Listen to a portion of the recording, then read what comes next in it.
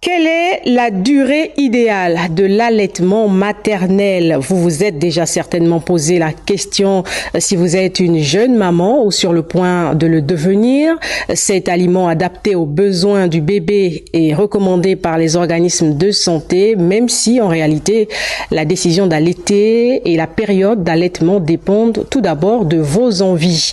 Alpha Ndombi Moussavou et Didier Mboneng nous en parlent.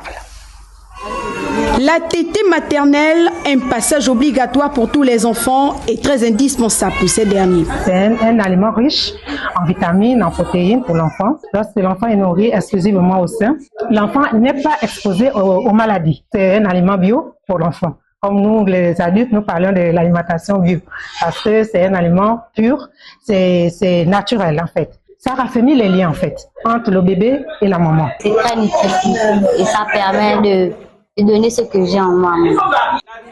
Bien qu'important pour la croissance du bébé, la consommation doit cesser à un âge bien déterminé. Même jusqu'à 2 ans, moi ça ne me dérange pas. Parce que je veux que mes enfants soient forts en fait. Un enfant bien nourri doit prendre le sein de sa mère de 0 à 6 mois. C'est cette période-là où il y a beaucoup de vitamines. Parce qu'après 6 mois, le sein seul ne suffit plus. Toutefois, puisque les goûts et les couleurs diffèrent selon les bébés, certains refusent dès la naissance le lait maternel. Les enfants qui refusent le sein, ils ont goûté au biberon avant le sein.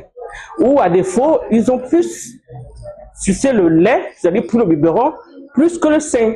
Un enfant qui est resté longtemps collé à la tétine aura du mal à accepter le mamelon, lui qui est mou. Le mamelon, c'est la chair, alors que la tétine, c'est du caoutchouc. Et donc, il est habitué à cette texture-là, à cette consistance-là.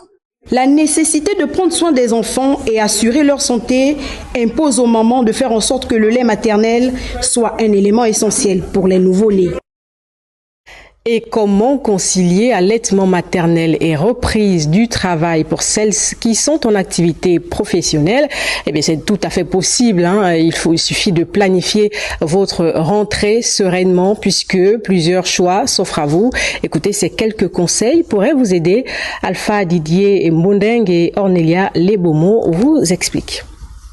Entre maternité et obligations professionnelles, nombreuses sont ces femmes qui éprouvent des difficultés à allaiter leur nourrisson, ce qui n'est pas le cas de ces mamans. C'est pas très facile, mais heureusement, j'ai ma maman qui la garde en fait. Et le soir, je la récupère. Donc, je suis obligée d'allaiter le matin d'abord. Ensuite, je fais des petits pots, mais c'est plus allaitement qu'elle prend le soir. L'intérieur, il est pratique, donc je le pose. Je tire, j'ai des petits sachets que je congèle au congélateur et quand il a fait, ma maman fait sortir, elle retourne à lui donner. Quand je rentre, on ne lui donne plus le lait tiré, je lui tire la lait directement. Fournisseur de nutriments, le lait maternel est non seulement important à la croissance de l'enfant, mais aussi bénéfique pour la santé de la mère. Ça prévient les cancers. Ça permet aussi d'avoir une bonne évolution utérine en fait, après l'accouchement. Conscient des bienfaits de l'allaitement, les organismes en charge du travail et les dispositions légales en République gabonaise ont prévu des solutions pour permettre aux mamans d'allaiter. Le congé de maternité institué, c'est pour permettre aux mères qui viennent d'accoucher pendant quelques semaines de bien s'occuper du bébé. Et quand le travail à l'extérieur doit reprendre, les États, parce que ça dépend de chaque pays, octroient 1 à 2 heures par jour pour laisser le temps à la mère de s'organiser pour allaiter. Il est possible de concilier allaitement maternel et vie active via des mécanismes innovants et adaptés à chaque femme. Nutrition parfaite et créatrice de liens, aucun enfant ne devrait en être privé.